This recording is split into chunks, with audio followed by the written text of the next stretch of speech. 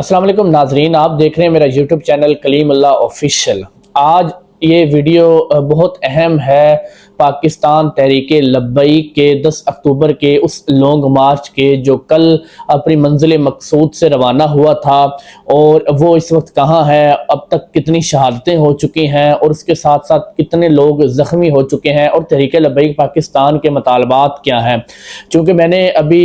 گزشتہ دن رات جو ہے وہ علامہ سعد حسین رضوی کا مارچ کے دوران انٹرویو بھی کیا تھا، اور ان سے مختلف قسم کے سوالات کیے تھے جن کے انہوں نے جوابات دیے، جن سے میں نے کچھ خلاصہ نکالا ہے کہ اگلا لائے عمل تحریک لبیک پاکستان کا کیا ہو سکتا ہے، اور تحریک لبیک پاکستان اب کیا چاہتی ہے اور آگے جا کر کیا ہونے والا ہے، اور اب تک قافلہ کہاں پہنچا ہے اور کب تک یہ اسلام آباد پہنچے گا، اور دوسری طرف حکومت کی کیا حکمت عملی ہے۔ تو اس ویڈیو کو مکمل ملاحظہ فرمائیے گا۔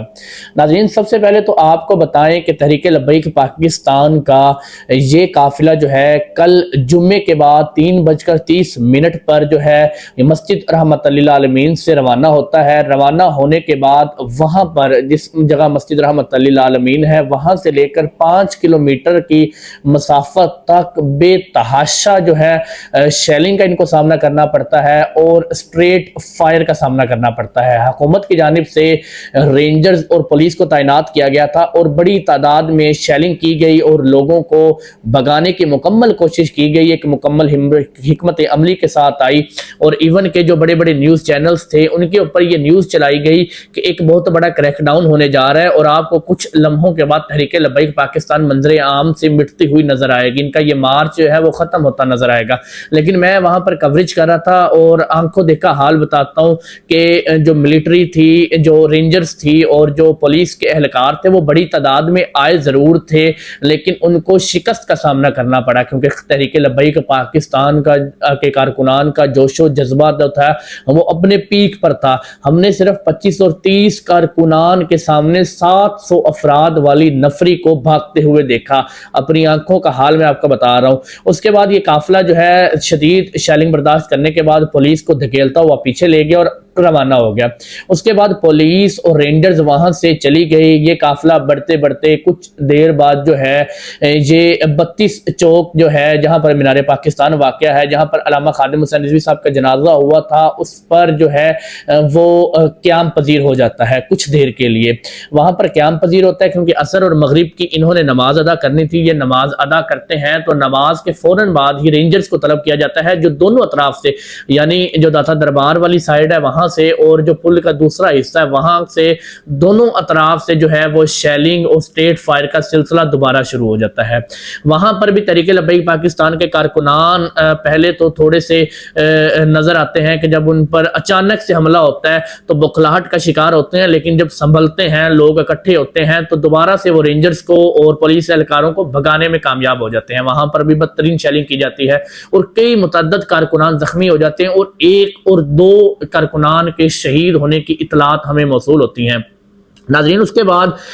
خبر پہنچتی ہے علامہ سعد حسین رضوی تک کہ جتنے بھی سعد حسین رضوی کے اہل و عیال تھے وہاں پر پیچھے ان کو گرفتار کر لیا جاتا ہے۔ ناظرین، وہاں پر اسی جگہ پر 32 چوک میں سعد حسین رضوی تک یہ خبر پہنچتی ہے کہ ان کے گھر میں مختلف متعدد جو ہے وہ گرفتاریاں عمل میں لائی گئی ہیں، جس میں سعد حسین رضوی کے صاحبزادی ہیں، سعد حسین رضوی کے جو باقی گھر والے ہیں ان کو گرفتار کر لیا جاتا ہے۔ نہ صرف گرفتار کیا جاتا ہے بلکہ حکومت کی جانب سے یا پولیس کی جانب سے ایک پروپیگنڈا کیا جاتا ہے کہ وہاں پر مختلف قسم کا اسلحہ رکھ کر یہ لوگوں کو بتایا جائے کہ یہاں پر دہشت گرد رہتے ہیں، اور مسجد رحمت للعالمین سے ہمارے پاس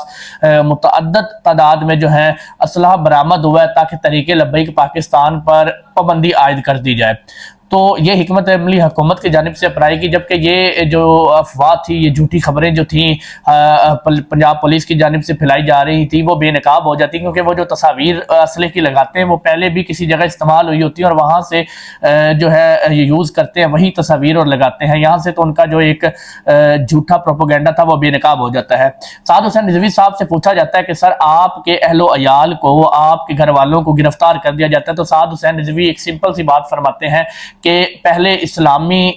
دین ہے، پہلے مجھے مذہب اسلام ہے، اس کے بعد مجھے گھر والے ہیں، تو مجھے ابھی گھر والوں کے بارے میں نہ پوچھنا ہے نہ ان کے بارے میں مجھے کوئی فکر ہے، جب تک میں ان لاکھوں افراد کو اسلام آباد تک پہنچا کر اپنا احتجاج ریکارڈ نہیں کروا دیتا فلسطین کے حق میں اور اسرائیل کی مذمت کر کے۔ تو یہ سعد حسین رضوی صاحب کا کہنا تھا۔ اس کے ساتھ ساتھ آپ کو ایک بات واضح کر دوں، ابھی تک تحریک لبیک پاکستان کی جانب سے ایسا کوئی مطالبہ کیا ہی نہیں گیا حکومت پاکستان سے کہ ہم وہاں پر جا کر استعفیٰ مانگیں گے، امریکہ سفارت خانے کو ختم کر دو،